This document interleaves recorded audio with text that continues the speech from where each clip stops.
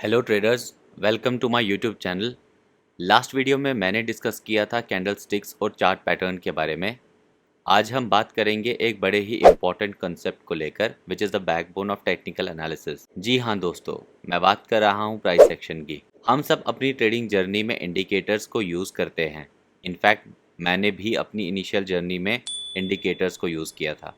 धीरे धीरे समझ आया कि प्राइस बड़ा ही सुप्रीम है स्टॉक मार्केट में। प्राइस ऐसी चीज है जिस पर हमारा कोई कंट्रोल नहीं। हमारे कंट्रोल में अगर कुछ है तो वो है स्टॉप लॉस। आज हम इसी प्राइस एक्शन के बारे में सीखेंगे और समझेंगे कि कैसे ये हमारी ट्रेडिंग जर्नी में हेल्प करेगा।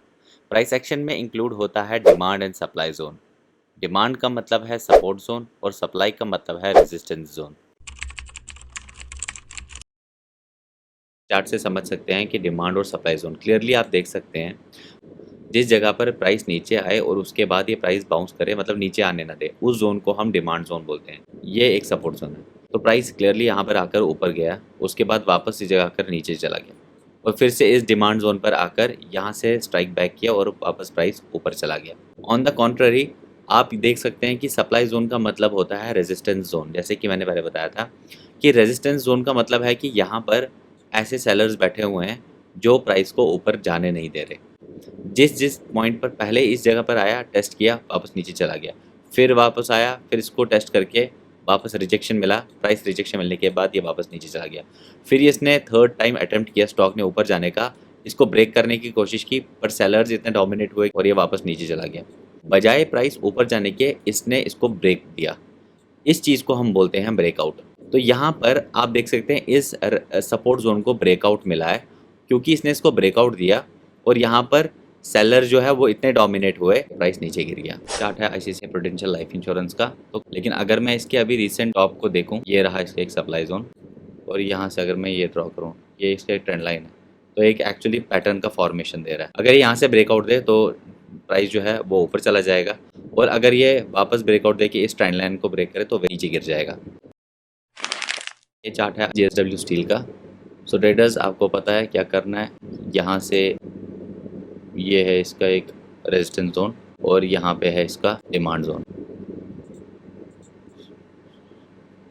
प्राइस ने कितनी बार ऊपर टेस्ट करने के बाद ये वापस नीचे गिरा और फिर एक टाइम पे ब्रेकआउट दी।